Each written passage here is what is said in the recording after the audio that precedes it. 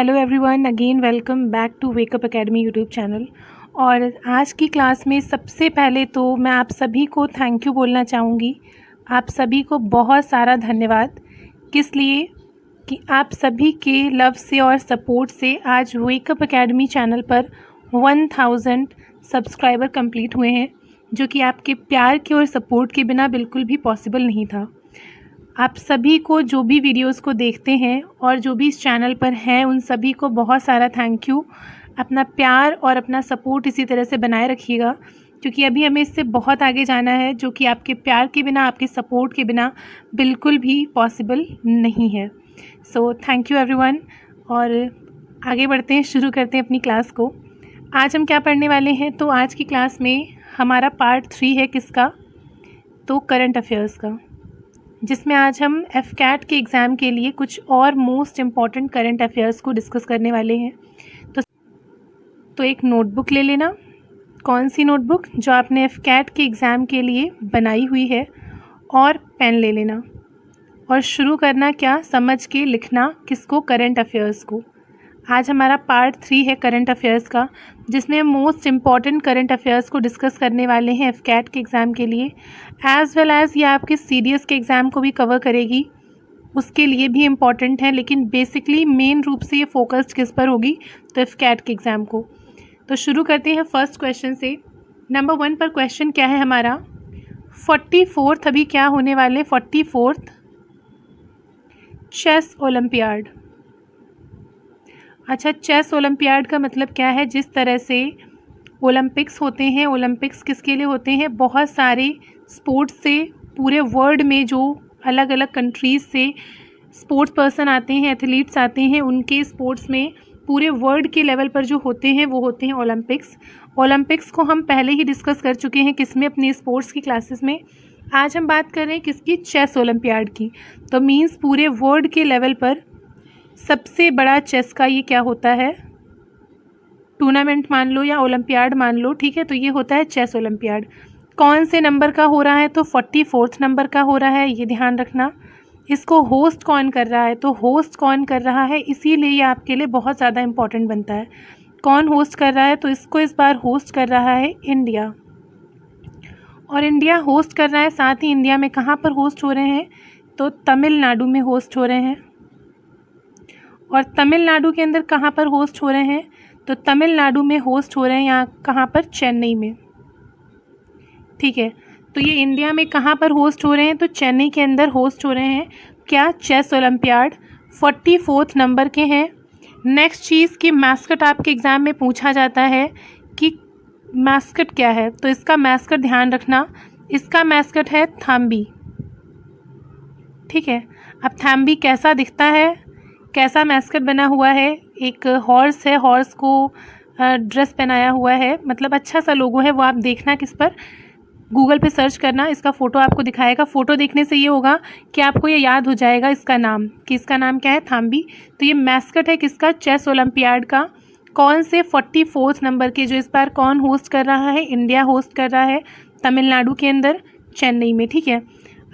और क्या है इसमें? तो इसमें जो मशाल जलाई गई है, मीन्स टॉर्च जलाई गई है, वो कितने इंडिया के अंदर कहाँ से निकलेगी? तो 75 सिटीज़ को क्रॉस करके निकलेगी। कहाँ से? जम्मू कश्मीर को ऐड करके। जम्मू कश्मीर हुआ, फिर कुरुक्षेत्र हुआ, राजस्थान हुआ, यूपी हुआ, मतलब ओवरऑल ऑल इंडिया में ये टोटल 75 सिटीज़ को कवर करके हुई मशाल जलाई गई है, ठीक है।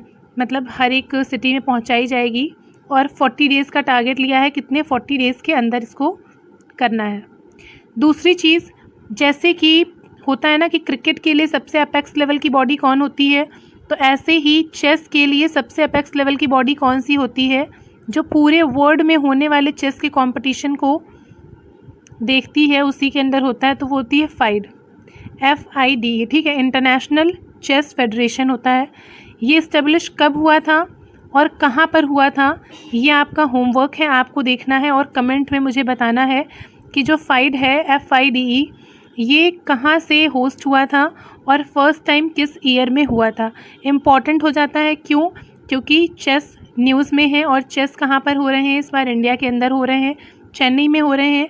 मैस्कट क्या है हमारा? थाम्बी है। तो तो इसको होस्ट कौन करता है? सबसे बड़ी अपेक्स बॉडी होती है चेस के लिए फेडरेशन की, इंटरनेशनल चेस फेडरेशन फाइड। तो ये कब हुआ था, कहाँ से हुआ था, ये आपको मुझे बताना है कहाँ पर, कमेंट के अंदर।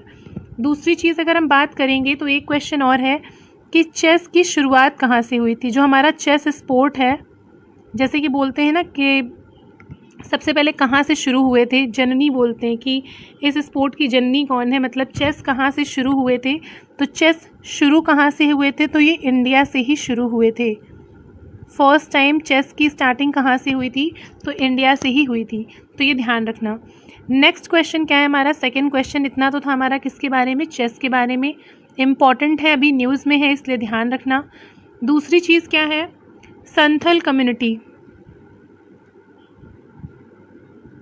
संथल कम्युनिटी, अब ये मुझे बताने की ज़रूरत नहीं है कि ये कौन सी कम्युनिटी है और ये क्यों इम्पॉर्टेंट है आपके लिए। अभी हमारी न्यू प्रेसिडेंट कौन बनी है? तो हमारी प्रेसिडेंट बनी है,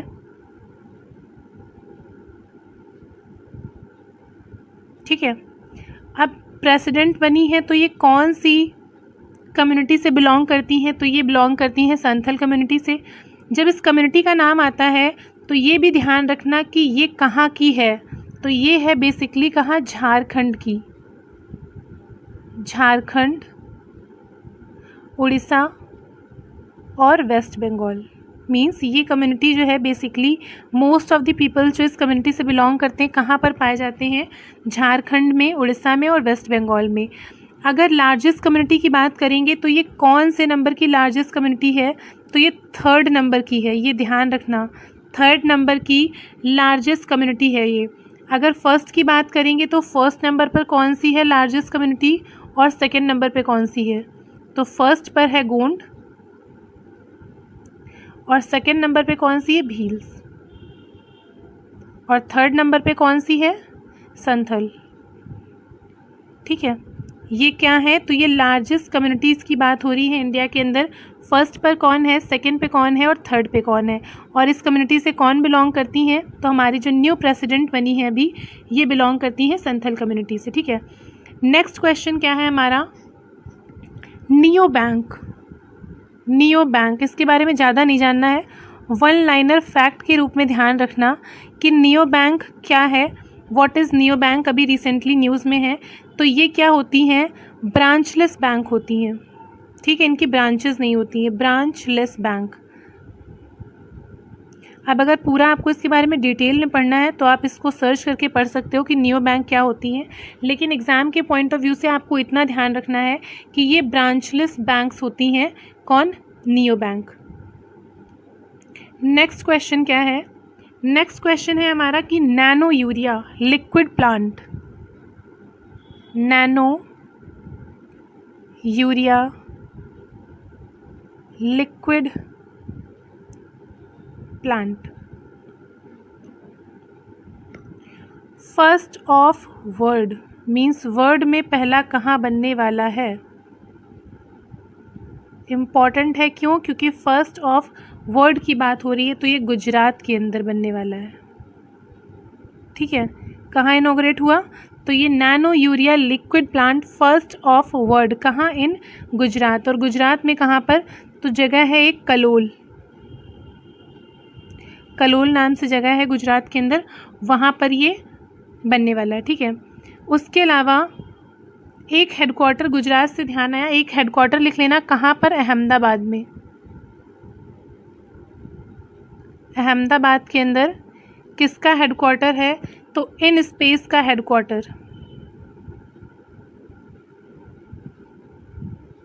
हेडक्वार्टर्स बहुत इंपॉर्टेंट है, हालांकि ये बहुत ज़्यादा इंपॉर्टेंट नहीं है, लेकिन गुजरात की बात आई तो जस्ट ध्यान आ गया कि हाँ करंट अफेयर्स में भी ये कहीं पर था, तो इसलिए लिख लेना कि इन स्पेस का हेडक्वार्टर कहाँ पर है? अहमदाबाद गुजरात के अंदर है। ठीक है, उसके अलावा first women chairperson of PCI कौन बनी? ठीक है, बहुत इंपॉर्टेंट है ये, और ये करंट अफेयर्स सिर्फ आपके एफकैट के एग्ज़ाम के लिए नहीं, सभी एग्ज़ाम्स के लिए बहुत इंपॉर्टेंट है, एज़ वेल एज़ ये सीडीएस के लिए भी बहुत ज़्यादा इंपॉर्टेंट करंट अफेयर्स हैं। ठीक है, तो first women chairperson of PCI, तो PCI की बात हो रही तो सबसे पहले नाम जानने से पहले आपको PCI की फुल फॉर्म पता होनी चाहिए। तो PCI की फुल फॉर्म क्या होती है? Press council of India. Press freedom index में इंडिया की रैंक कौन सी आई थी? ये मैंने आपको लास्ट वाले करंट अफेयर्स में पढ़ाया था। अब यहाँ पर प्रेस की बात हुई है, तो प्रेस फ्रीडम इंडेक्स में इंडिया की रैंक कौन सी आई है, ये आप मुझे बताना कहाँ पर, कमेंट में। तो प्रेस काउंसिल ऑफ इंडिया ये PCI की फुल फॉर्म होती है। और ये बनी कौन है अभी? तो फर्स्ट वुमेन चेयरपर्सन बनी है, इसलिए आपको नाम ध्यान रखना ज़रूरी है, रंजना प्रकाश देसाई। कौन बनी है? तो ये बनी है रंजना प्रकाश देसाई। ठीक है, जो भी फर्स्ट होते हैं वो आपके एग्ज़ाम के लिए बहुत ज़्यादा इंपॉर्टेंट हो जाते हैं। और वो भी जब बात हो रही कि फ़र्स्ट वुमेन चेयरपर्सन मीन्स इससे पहले कोई बनी नहीं है, तो ये और भी ज़्यादा इंपॉर्टेंट होता है आपके लिए। ठीक है, उसके अलावा जब फर्स्ट वुमेन चेयरपर्सन की बात हो रही है, तो एक और क्वेश्चन लिखो कि क्या फर्स्ट फीमेल प्रेसिडेंट किसकी? फर्स्ट फीमेल प्रेसिडेंट बनी है अभी ऑफ फीका। अब इसकी फुल फॉर्म क्या है? FIC है ये। ठीक है, FICA। पहली चीज़ तो आपको इसकी फुल फॉर्म पता होनी चाहिए। तो इसकी फुल फॉर्म क्या है? Federation of international cricketers association. Federation of international cricketers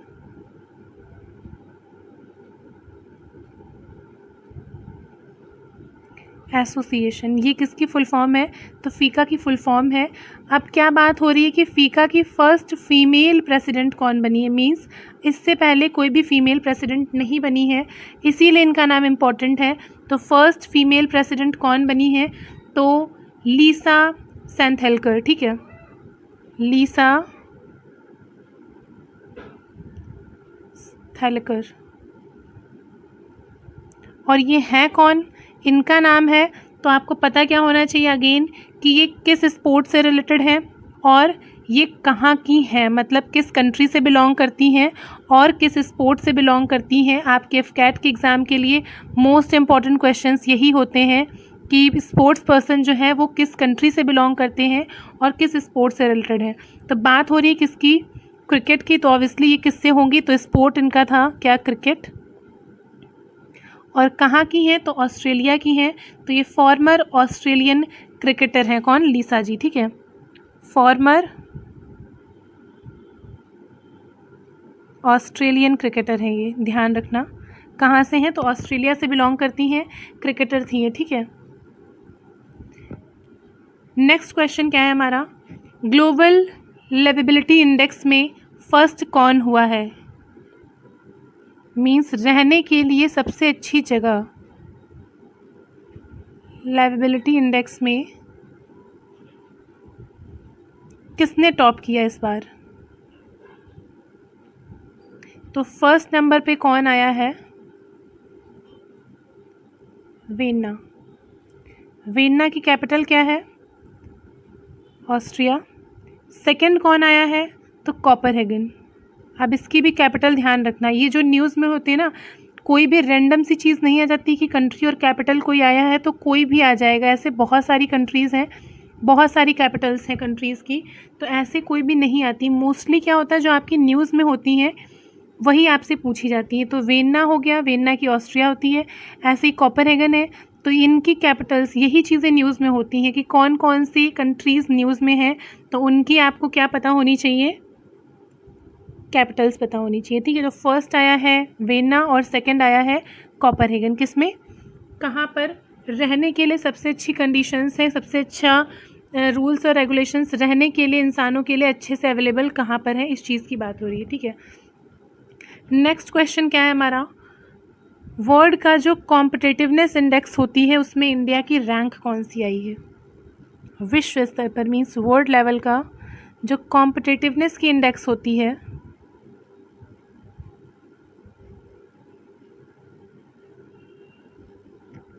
index, इसमें इंडिया की रैंक कौन सी आई है। मोस्टली आपकी इंडिया की रैंक इंपॉर्टेंट होती है। एक क्या होता है कि लास्ट ईयर क्या थी और इस ईयर क्या थी, लेकिन इसमें आपको क्या ध्यान रखना, लास्ट वाली नहीं ध्यान रखनी है, इसी बार की ध्यान रखना। तो इंडिया की रैंक कौन सी आई है इसमें, 37 आई है। ठीक है, कौन सी रैंक आई है, तो इंडिया की 37 रैंक आई है। अब बात हो रही है इंडिया की, तो इस टाइम बहुत ज़्यादा न्यूज़ में रहा है, ऊपर से अभी रूस और यूक्रेन के वजह से यहाँ पर ऑयल के क्राइसिस भी चल रहे हैं बहुत ज़्यादा पूरे वर्ल्ड लेवल पर। तो यहाँ पर एक क्वेश्चन क्या बनता है कि इंडिया का टॉप मोस्ट का ऑयल का सप्लायर कौन है। इसमें 3 क्वेश्चन हैं। ठीक है, पहला क्वेश्चन क्या है, नेक्स्ट पेज पे लिखते हैं। पहला क्वेश्चन क्या है कि इंडिया का, ये बहुत इंपॉर्टेंट क्वेश्चन है आपके जितने भी अपकमिंग एग्ज़ाम्स हैं सभी के लिए, इंडिया का टॉप मोस्ट, और ये हर एक न्यूज़ में कवर किया गया न्यूज़पेपर में, तो ये बहुत ज़्यादा इम्पोर्टेंट है आपके लिए। इंडिया का टॉप मोस्ट ऑयल का सप्लायर कौन सा कंट्री है, कौन सा देश है, तो ये है इराक। ठीक है, ध्यान रखना इराक है, ईरान नहीं है, ऐसा ना हो जाए कि ईरान और इराक में कंफ्यूज हो जाओ। तो फर्स्ट नंबर पे कौन है, इराक है। और इंडिया का सेकंड मोस्ट ऑयल का सप्लायर कौन है, तो यहाँ पर ध्यान रखना सेकंड और थर्ड क्वेश्चन जो इसमें है ऑयल से रिलेटेड, दोनों ही यहाँ पर कवर हो रहे हैं। प्रेजेंट टाइम पे कौन हो गया है, तो रशिया हो गया है, और रशिया ने किसको पीछे कर दिया है, तो सऊदी अरेबिया को। ठीक है,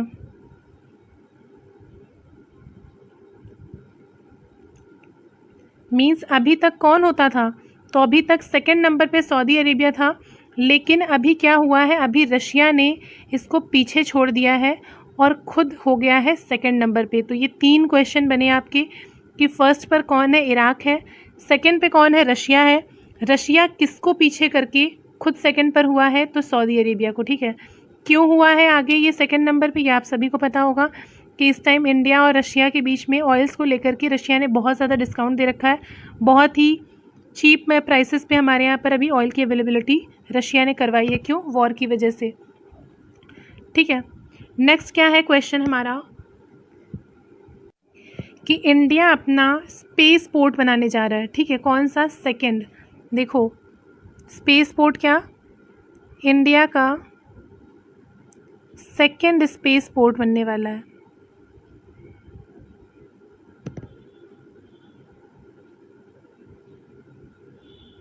जैसे एयर में जो हमारे एरोप्लेन्स जाते हैं उनके लिए एयरपोर्ट होता है एरोप्लेन्स के लिए, वैसे ही स्पेस में जाने के लिए जो हमारी मिसाइल्स वगैरह लॉन्च की जाती हैं, लॉन्चिंग होती है, उसकी जगह को क्या बोलते हैं, उसको हम बोलते हैं स्पेस पोर्ट।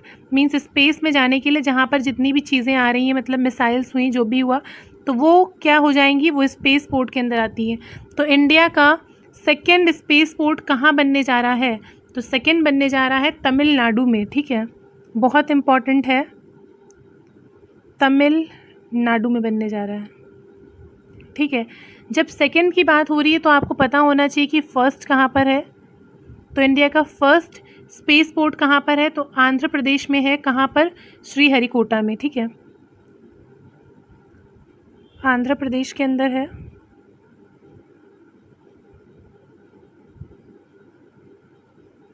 कहाँ, श्रीहरिकोटा में।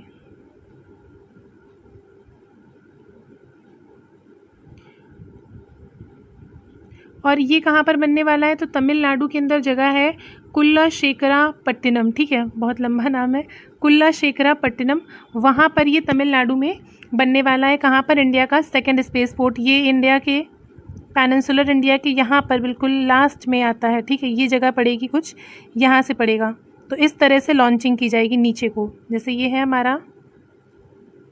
ठीक है, ये क्या हो गया, श्रीलंका हो गया, तो ये इस जगह पर कहीं बनने वाला है। तो क्या होगा ना कि अभी तक क्या था कि जो हमारी लॉन्चिंग होती थी यहाँ से हो रही थी, आंध्र प्रदेश श्रीहरिकोटा से, तो मिसाइल्स को अपना रूट थोड़ा सा चेंज करना पड़ता था। क्यों, क्योंकि ये श्रीलंका के पास से होकर के लॉन्चिंग हो रही थी। तो ये सीधा सीधा है, इससे क्या होगा कि जो हमें एक्स्ट्रा रूट यहाँ से कवर करना पड़ रहा था श्रीलंका को बचाने के लिए कि इसके पास से मिसाइल ना जाए, तो वो चीज़ सीधी हो जाएगी। तो कुछ डिस्टेंस हमारा यहाँ से कम हो जाएगा मिसाइल्स को लॉन्चिंग करने का, ठीक है। तो यहाँ पर बनने वाला है कहाँ पर, तमिलनाडु के अंदर कुल्लाशेखरापट्टिनम में, ठीक है। सेकंड स्पेस पोर्ट, फर्स्ट कहाँ पर है तो आंध्र प्रदेश के श्रीहरिकोटा के अंदर है। और हाँ, फर्स्ट फीमेल रोबोट का नाम क्या है जो कि गगनयान मिशन के थ्रू स्पेस में भेजा जाएगा, ठीक है। उसका नाम ध्यान रखना, क्या, उसका नाम है व्योममित्र। व्योममित्र ये क्या है, तो व्योममित्रा ये नाम है किसका, फीमेल रोबोट का। तो पहला क्वेश्चन तो ये क्या है, तो ये एक फीमेल रोबोट है। और इसका काम क्या है, तो ये फीमेल रोबोट तैयार की गई है, क्यों, गगनयान मिशन के थ्रू स्पेस में रोबोट्स को भेजा जाएगा। कौन सी फीमेल रोबोट बनाई गई है, तो व्योममित्रा नाम से। इसका नाम ध्यान रखना, बहुत ज़्यादा इम्पॉर्टेंट है, ठीक है। नेक्स्ट क्या है क्वेश्चन, इंडिया का लार्जेस्ट फ्लोटिंग सोलर प्लांट कहाँ पर बना। इंडिया का लार्जेस्ट मीन्स अभी तक का सबसे बड़ा, कितना, तो 100 मेगावाट का क्या चीज़, फ्लोटिंग सोलर प्लांट। तो ये कहाँ पर बना, तो ये बना है तेलंगाना में। और तेलंगाना के अंदर कहाँ पर, तो तेलंगाना के रामागुंडम में। कहाँ पर, तो तेलंगाना के रामा, ये जी है, ठीक है, गुंडम में बना है क्या, तो इंडिया का लार्जेस्ट 100 मेगावाट का सोलर प्लांट, वो भी कौन सा, फ्लोटिंग सोलर प्लांट, ठीक है। नेक्स्ट क्वेश्चन क्या है हमारा, नेक्स्ट क्वेश्चन है कि यूएन का, यूनाइटेड नेशंस का ओशन का कॉन्फ्रेंस होने वाला है। तो होने वाला क्या, हो चुका है, यूनाइटेड नेशंस का ओशन का कॉन्फ्रेंस। ओशन कॉन्फ्रेंस का मतलब क्या है, ओशन के बारे में डिस्कशन होगा, कैसे उसको साफ़ रखा जा सकता है, क्या क्या बातें होनी चाहिए, मतलब ओशन से रिलेटेड सारी बातें होंगी। इसको कौन होस्ट करने वाला है, तो केन्या और पुर्तगाल ने इसको होस्ट किया था, ठीक है। नाम ध्यान रखना बस, केन्या और पुर्तगाल ने। होने वाला नहीं है, एक्चुअली हो चुका है, ठीक है।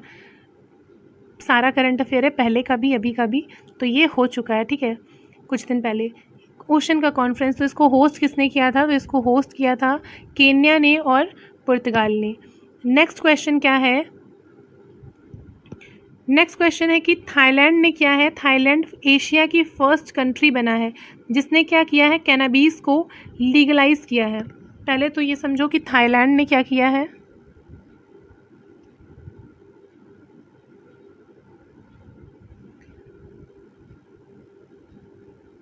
कैनाबीस को लीगलाइज किया है।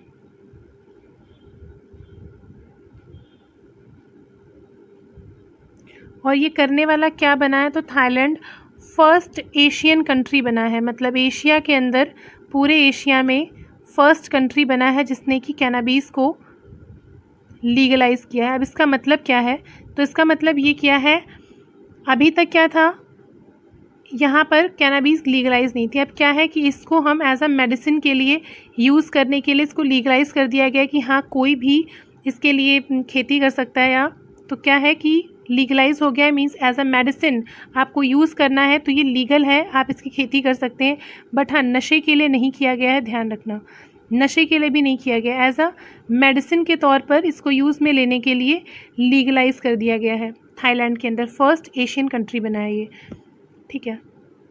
उसके अलावा एक और है PBP initiative, new PBP initiative.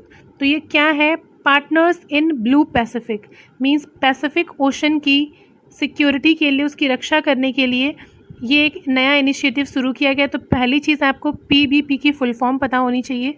तो वो क्या है हमारी, तो फुल फॉर्म है partners in blue Pacific. Means Pacific ocean की सिक्योरिटी के लिए पार्टनरशिप की गई है। और ये पार्टनरशिप की गई है तो किसके किसके बीच की गई है, तो इसके अंदर कौन कौन शामिल है, तो USA शामिल है। USA के साथ साथ इसमें UK शामिल है, जापान है,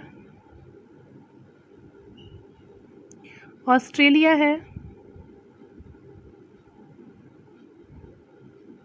और कौन है, तो न्यूजीलैंड है।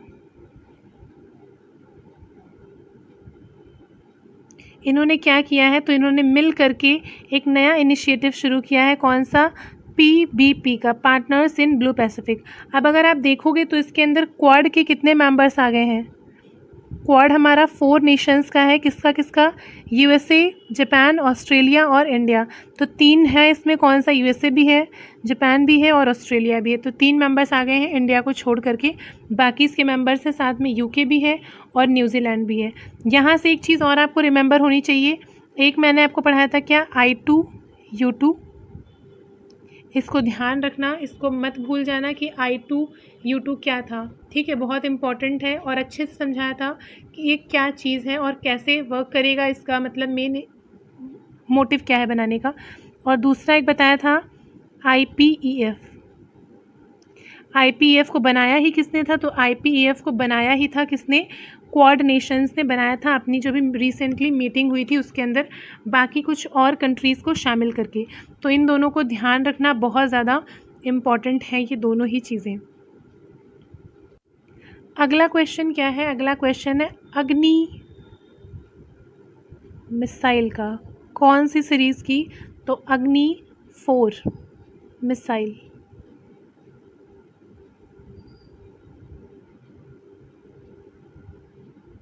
ठीक है, तो पहली चीज़ ये कौन सी मिसाइल है, तो अग्नि, ये जो हमारी है अग्नि 4, ये सरफेस टू सरफेस मिसाइल है। ध्यान रखना कौन कौन सी होती है, एक सरफेस टू सरफेस होती है, एक सरफेस टू एयर होती है, एक एयर टू एयर होती है। तो ये कौन सी हमारी सरफेस टू एयर है, सरफेस टू सरफेस है, sorry, surface to surface missile है। दूसरी चीज़, रेंज इसकी कितनी है, तो रेंज इसलिए ध्यान रखना, लास्ट टाइम CDS के एग्ज़ाम में रेंज आई थी मिसाइल की, पृथ्वी थी या अग्नि की ही आई थी, तो 4000 किलोमीटर्स है इसकी रेंज।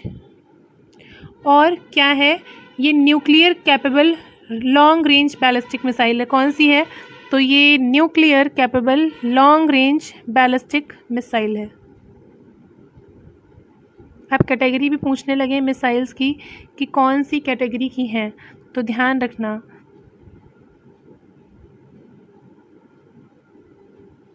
बैलिस्टिक मिसाइल है।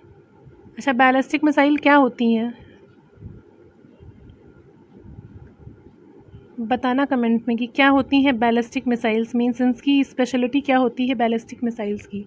और ये सॉलिड फ्यूल्ड मिसाइल है, ठीक है। नेक्स्ट क्वेश्चन क्या है, नेक्स्ट क्वेश्चन है वेट सेती हाइड्रो पावर प्रोजेक्ट कहाँ पर शुरू हुआ है, वेस्ट सेती हाइड्रो पावर प्रोजेक्ट।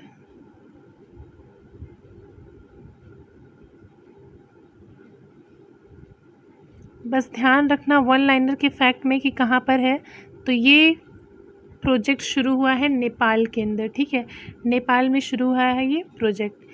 अगला क्वेश्चन, हर्मिट क्या है, ये बस वन लाइनर के फॉर्म में ध्यान रखना, रिवीजन करोगे 2-4 बार तो अपने आप दिमाग में आ जाएगा। ये एक स्पाईवेयर है, ठीक है, स्पाईवेयर, जैसे वायरसेस होते हैं ना फ़ोन के अंदर, वैसे ही एक होते हैं स्पाईवेयर। तो ये किसकी कैटेगरी में आता है, स्पाईवेयर की कैटेगरी में आता है। क्या नाम है इसका, तो हर्मिट नाम है इसका, ठीक है। मोबस सर्विस, नेक्स्ट क्या है क्वेश्चन, मोबस सर्विस। अब ये क्यों इम्पोर्टेंट है, तो वैसे तो ये इम्पोर्टेंट नहीं है इतनी, लेकिन पहली चीज़ ये इम्पोर्टेंट क्यों बन जाती है, तो इसे अभी यूएन का पब्लिक सर्विस अवार्ड मिला है। क्या मिला है? मोबस सर्विस को यूनाइटेड नेशंस का पब्लिक सर्विस का अवार्ड मिला हुआ है।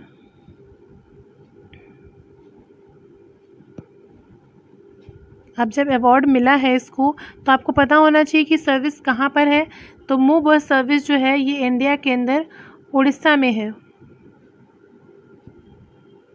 ठीक है, उड़ीसा के अंदर है, जिसे भी क्या हुआ है, यूनाइटेड नेशंस का सर्विस का पब्लिक सर्विस का अवार्ड मिला है। ठीक है, तो क्या है, ये हमारे कुछ क्वेश्चंस थे। थर्ड क्लास थी हमारी किसकी? करंट अफेयर्स की। अभी डोंट वरी, आगे कई सारी क्लासेस आएंगी आपके एग्ज़ाम से पहले करंट अफेयर्स की, तो इनको रिवीजन करते रहना। बाकी मिलेंगे नेक्स्ट क्लास में। तब तक के लिए जितनी भी 3 क्लासेस हो गई करंट अफेयर्स की, उनका प्रॉपर रिवीजन कर लेना। ओके, जय हिंद।